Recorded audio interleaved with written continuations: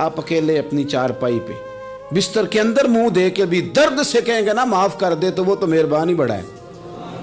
میرے نبی پاک صلی اللہ علیہ وسلم مثال دیتے ہیں، فرمایا ایک آدمی صحرا میں جا رہا، صحابہ سے حضور خطاب کر رہے ہیں، فرمایا ایک آدمی صحرا میں جا رہا تھا، اس نے اپنی اونٹنی پہ کھانا پانی پیسے ہر چیز رکھی ہوئی تھی، صحرا تھا بہت بڑا، درمیان صحرا کے گیا تو تھوڑا سا سستانے کے لیے آرام کرنے کے لیے اونٹنی سے نیچے اترا۔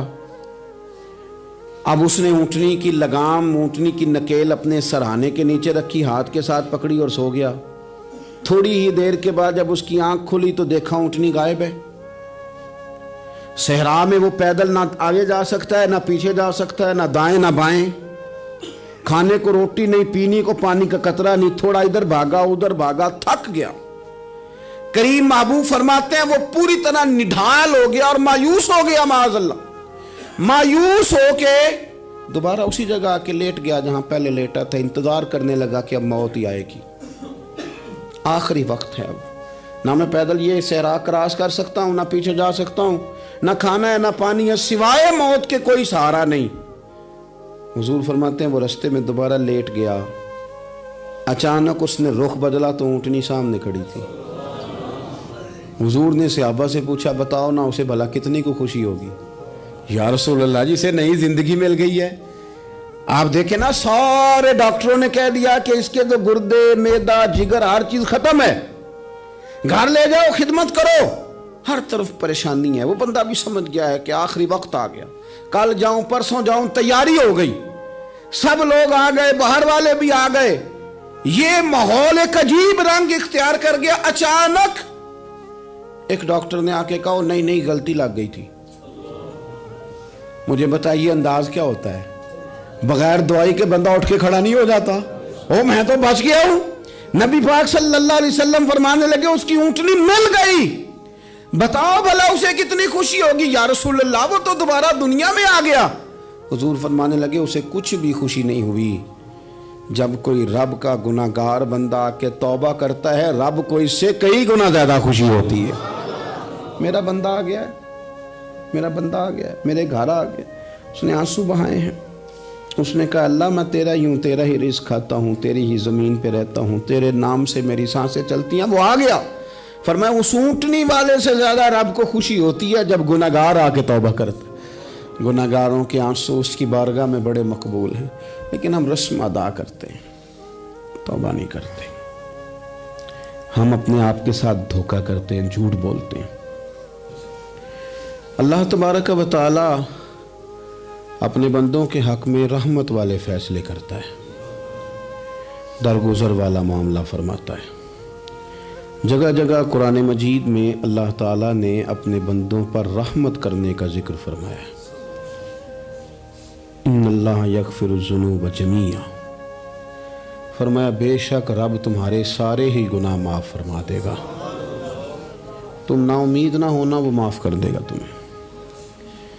قرآن مجید میں فرمایا ان اللہ بالناس لرؤوف الرحیم، بے شک اللہ اپنے بندوں پر بڑا ہی مہربان اور نہایت ہی رحم کرنے والا، رؤوف اور رحیم ہے، بڑا مہربان ہے، کرم فرماتا ہے۔ اللہ تعالیٰ اپنے بندوں سے بڑا جلد راضی ہو جاتا ہے۔ ماں پیار کرتی ہے اپنے بچے سے، لیکن وہ ناراض بھی ہو جاتی ہے بعض چیزوں پہ، بعض معاملات اس کا دل بھی دکھاتے ہیں، بعض جگہ وہ رو کے یہ بھی کہتی ہے کہ تو نے میری محبت کا کوئی نتیجہ نہیں مجھے دیا، میری ساری کمائی تو نے ضائع کر دی۔ والد بہت ساری جگہوں پہ ناراض ہوتا ہے، شکوہ کرتا ہے، کہتا ہے میری بیماریوں کی، پریشانیوں کی، بڑھاپے کی، کمزوریاں کا سبب بیٹے تو ہی بن گیا، یہ ساری تکلیفیں تو ٹھیک ہو جائیں تو میری شاید عمر بھی بڑھ جائے، صحت بھی ٹھیک ہو جائے، میں زیادہ دیر جوان رہ سکوں۔ ناراض ہوتے ہیں ماں باپ، اسی طرح ماں باپ راضی بھی ہو جاتے ہیں، وہ بڑی جلدی راضی ہو جاتے ہیں۔ میں اکثر کہتا ہوں کہ والد کو راضی کرنے میں 5-7 منٹ لگ جاتے ہیں، اماں تو 1.5-2 منٹ میں راضی ہو جاتی ہے۔ ابا جی کو 5-7 منٹ لگتے ہیں، کئی دفعہ کہنا پڑتا ہے، کوئی دلائل دینے پڑتے ہیں، لیکن والدہ کے لیے تو کچھ بھی نہیں، آپ نیرا جا کے پیروں میں بیٹھ ہی جائیں، کچھ بھی نہ کریں، آپ پورا روئیں نہ رونے والا منہ ہی بن جائے تو اماں تو نرم ہی نرم ہے، جس وقت جو مرضی آپ کرا لیں ہو گیا۔ اللہ تبارک و تعالی بلا مثال و بلا تشبیہ سمجھانے کے لیے عرض کرتا ہوں، اللہ بھی بعض معاملات میں اپنے بندوں سے ناراض ہو جاتا ہے۔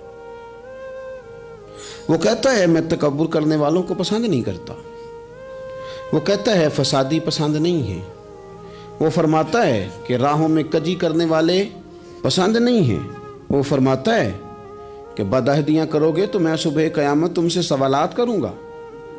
اللہ تبارک و تعالیٰ بہت ساری چیزوں کو ناپسند کرتا ہے، ناراض ہو جاتا ہے۔ بلکہ نبی پاک صلی اللہ تعالیٰ علیہ وسلم نے فرمایا تم بات کرتے کرتے کوئی ایسا جملہ بول دیتے ہو کہ رب اتنا ناراض ہوتا ہے کہ تمہیں پتہ بھی نہیں ہوتا، تمہارے لیے جہنم کا فیصلہ کر دیتا ہے۔ اس لیے پہلے تولو پھر بولو، خود اپنے لفظوں کی تو تم پہرے داری کرو نا کہ میں کیا کہہ رہا ہوں۔ اور حضور یہ بھی فرماتے ہیں کہ اس کا دوسرا پہلو بھی ہے، بعض اوقات تم بات کرتے ایسا جملہ کہتے ہو وہ اتنا راضی ہوتا ہے کہ تمہارے لیے جنت کا فیصلہ فرما دیتا ہے۔ ان کاموں کی طرف بڑے جن سے اللہ راضی ہوتا ہے۔ میرے نبی پاک صلی اللہ تعالی علیہ وآلہ وسلم نے ارشاد فرمایا، بعض احادیث میں لفظ یہ ہیں کہ اللہ اپنے بندوں کو دیکھ کے مسکراتا ہے جو اس کی شان کے لائق ہے۔ جس ترتیب سے ہم مسکراتے ہیں، جس ترتیب سے ہم روتے ہیں، جس ترتیب سے ہم کسی بات کا اظہار تشکر کرتے ہیں، خدا ان باتوں سے پاک ہے۔ اب بہت ساری حدیثوں میں آیا کہ وہ مسکراتا ہے، تو کیا مطلب ہے مسکرانے کا؟ تو علماء تفسیر نے لکھا ہے مسکرانے کا مطلب یہ ہے کہ وہ بڑا ہی راضی ہوتا ہے اپنے بندے سے، بڑا راضی ہوتا ہے، یہ مطلب ہے۔ ایک تو مسکرانے کا مطلب یہ کہ وہ بڑا راضی ہو گیا، وہ مسکرا دیا اپنے بندے پہ۔ اور ایک اس کا معنی خود نبی پاک صلی اللہ تعالی علیہ وسلم نے بیان فرمایا۔ مسند امام احمد بن حنبل میں حدیث ہے، حضور سید عالم علیہ السلام سے صحابہ نے پوچھا یا رسول اللہ شہید تو بڑے لوگ ہوتے ہیں، شہیدوں میں افضل کون ہے؟ تو اللہ کے حبیب علیہ السلام فرمانے لگے وہ والا بندہ جو ڈٹ گیا تھا کافروں کے مقابلے میں، وہ ہلا نہیں، پوری طرح ڈٹ کے جو لڑا وہ شہداء میں افضل ہے۔ حضور فرماتے ہیں وہ جنت کے بالا خانوں میں سیر کرے گا اور رب اسے دیکھ کے مسکرائے گا، رب اسے دیکھ کے مسکرائے گا، اللہ تعالیٰ مسکراتا ہے اسے دیکھ کے۔ اور اگلے جملے میں حضور نے وضاحت کر دی، فرمایا جب رب دنیا میں کسی پر مسکراتا ہے نا تو اس کا معنی یہ ہے کہ قیامت میں پھر اللہ اسے حساب کوئی نہیں لے گا۔ جس پر اللہ دنیا میں مسکرا دیا اس سے کوئی حساب، تو وہ کام ڈھونڈنے چاہیے نا جس سے اللہ مسکرائے۔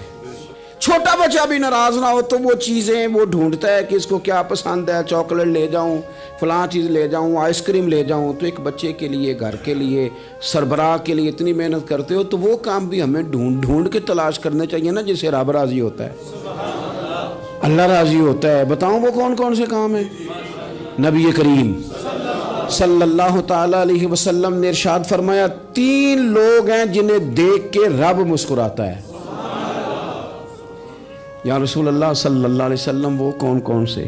تو محبوب فرمانے لگے ایک وہ بندہ ساری مخلوق سوئی ہے، آدھی رات ہے، رات کا پچھلا پہر ہے، اس نے اٹھ کے وضو کر لیا، مصلی پہ کھڑا ہو گیا خدا کی یاد میں، فرمایا اسے دیکھ کے رب مسکراتا ہے جو اس کی شان کے لائق ہے۔ مسکراتا ہے اللہ۔ یہ تو سونے کا ٹائم تھا، یہ تو گہری نیند آنے کا وقت تھا، رات کا پچھلا پہر۔ اور سننا میرے بھائی، میرے نبی پاک صلی اللہ تعالی علیہ وسلم فرماتے ہیں جب مسلمان نماز کے لیے صفیں بناتے ہیں نا، ترتیب لگ رہی ہوتی ہے، اب اللہ کی بارگاہ میں کھڑے ہوں گے، قیام کریں گے، رکوع کریں گے، سجود کریں گے، فرمایا جب مومن صفیں بناتے ہیں تو رب دیکھ کے مسکراتا ہے، مسکراتا ہے۔ کمال ہو گئے عروج بندگی کا، جب بندے کو دیکھ کے رب مسکرائے، خدا بندے سے خود پوچھے بتا تیری رضا کیا ہے، مسکراتا ہے۔ اور میرے نبی پاک علیہ السلام فرماتے ہیں جب مجاہد جہاد کے لیے صفیں سیدھی کرتے ہیں، آج تو یہ رب کے نام پہ مرنے ہی آ گئے، یہ صفوں میں کھڑے ہوں گے، ترتیب سے لڑیں گے، ترتیب سے گلا کاٹیں گے کافروں کا یا شہادت لیں گے۔ فرمایا جب جہاد کے لوگ صفیں بناتے ہیں تو رب انہیں دیکھ کے مسکراتا ہے۔ کتنے نصیبوں والا وہ بندہ ہے جسے دیکھ کے مسکرا دیا. او یار کبھی تیرا بیٹا تیرے سامنے مسکرائے نا چھوٹا تو تیرا دل باغ باغ ہو جاتا ہے. تیری ماں بیمار کسی ایک دن صحیح طرح ہنس پڑے تو طبیعت خوش ہو جاتی. مجھے بتاؤ نا جس کا رب بھی اسے دیکھ کے ہنس پڑے جو اس کی شان کے لائق ہے. کیا اس بندے کے نصیبیں ہیں, کیا اس کے مقدر ہیں. آپ اس مقام پر اپنے آپ کو لائیں. اب دیکھیں نا یہ حدیث آپ نے سن لی, اب ہم نے نا اس طرح صفحے نہیں بنانے جس طرح ساری دنیا, اب ذرا صفحے بھی شوق سے بنائیں گے. آپ ذرا تھوڑا سا شوق پیدا کریں گے, بھئی یہ تو میں وہ کام کرنے لگا ہوں جسے دیکھ کے رب مسکراتا ہے. نبی پاک صلی اللہ علیہ وسلم نے فرمایا جب کوئی بندہ توبہ کرتا ہے نا, ہم توبہ کا رٹا لگاتے ہیں, یا اللہ میری توبہ یا اللہ. اور توبہ کا تو مطلب یہ ہے کہ پچھلے گناہوں سے پکی توبہ, آج کے بعد یہ غلطی نہ کرنے کا پکا وعدہ. آج کے بعد رشوت تو نہیں نہ لے گا, ملاوٹ تو نہیں نہ کرے گا, یہ توبہ ہے. اور اگر سارے کام اسی طرح کرنے تو پھر یہ توبہ کا رٹا ہے, تو جتنا مرضی لگاؤ. حضرت علی بن ربیعہ رضی اللہ تعالیٰ عنہ فرماتے ہیں میں مولا علی کے ساتھ تھا, مقام حرہ کی طرف جا رہے تھے. حضرت علی نے ہاتھ اٹھا کے دعا مانگی ہماری تعلیم کے لیے, ورنہ حضرت علی ہم صحابہ کو محفوظ عن الخطا تو مانتے ہیں نا. ہاتھ اٹھا کے کہا اے اللہ ہمارے گناہ بخش دے, تیرے علاوہ کوئی معاف کرنے والا نہیں. اور پھر حضرت علی آسمان کی طرف دیکھا اور دیکھ کے نا حضرت علی بن ربیعہ کو تو مسکرائے. حضرت علی بن ربیعہ کہنے لگے حضور مسکرائے کیوں ہو؟ فرمانے لگے ایک دن میں حضور کے ساتھ اسی طرح آیا تھا, اسی طرح حضور نے دعا فرمائی تھی ہماری تعلیم کے لیے, اور پھر حضور مجھے دیکھ کے مسکرائے تھے اور فرمایا جب کوئی بندہ رب کی بارگاہ میں اس طرح استغفار کرتا ہے تو رب مسکراتا ہے, اور مسکرا کے فرماتا دیکھ لو میرے بندوں کو پتا ہے کہ میرے علاوہ معاف کرنے والا کوئی نہیں. انہیں پتا ہے, تم اس کی بارگاہ میں رجوع تو لاؤ, آؤ تو صحیح دو آنسو لے کر. اقبال کہتے ہیں کہ موتی سمجھ کے شان کریمی نے چن لیا, قطرے دو گرے میرے ار کے انفعال کے. دو میں نے آنسو بہائے تھے تو اس کے کرم نے تو موتی سمجھ کے چن لیے. سنو نا حضور اس استغفار کو اللہ کو یار رات کو توبہ کر کے سونا چاہیے. ہمیں کچھ غلطیاں ہم کرنا نہیں چاہتے پر ہم سے ہو جاتی ہیں, کچھ دل ہم توڑنا نہیں چاہتے پر وہ ٹوٹ جاتے ہیں, ہماری مجبوری ہوتی ہے ٹوٹ جاتے ہیں.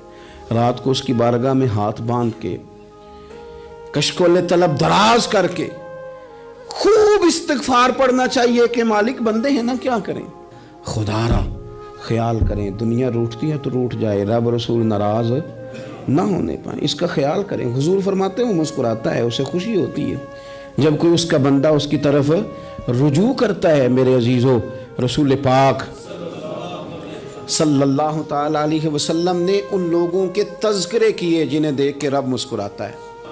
نبی پاک صاحب الالاق صلی اللہ تعالی علیہ وسلم فرماتے ہیں, مسند امام احمد بن حنبل دیکھیے, فرمایا رب اس وقت بڑا ہی مسکرائے گا جب قاتل بھی جنت میں جائے گا, مقتول بھی جنت میں جائے گا. یا رسول اللہ مقتول تو گیا, یہ قاتل کیسے چلا گیا؟ حضور فرماتے ہیں جائے گا, اور جائے گا اور رب مسکرائے گا جو اس کی شان کے لائق ہے. یا رسول اللہ کس طرح؟ تو نبی پاک صلی اللہ علیہ وسلم فرمانے لگے اس نے ایک مومن کو قتل کیا تھا, وہ شہید ہو کے جنت میں چلا گیا. اب اللہ نے بعد میں اسے توبہ کی توفیق دے دی. پہلے اس نے کلمہ پڑھا, پھر یہ میدان میں اترا, کافروں سے لڑا, یہ شہید ہوا, رب نے اسے بھی جنت دے دی.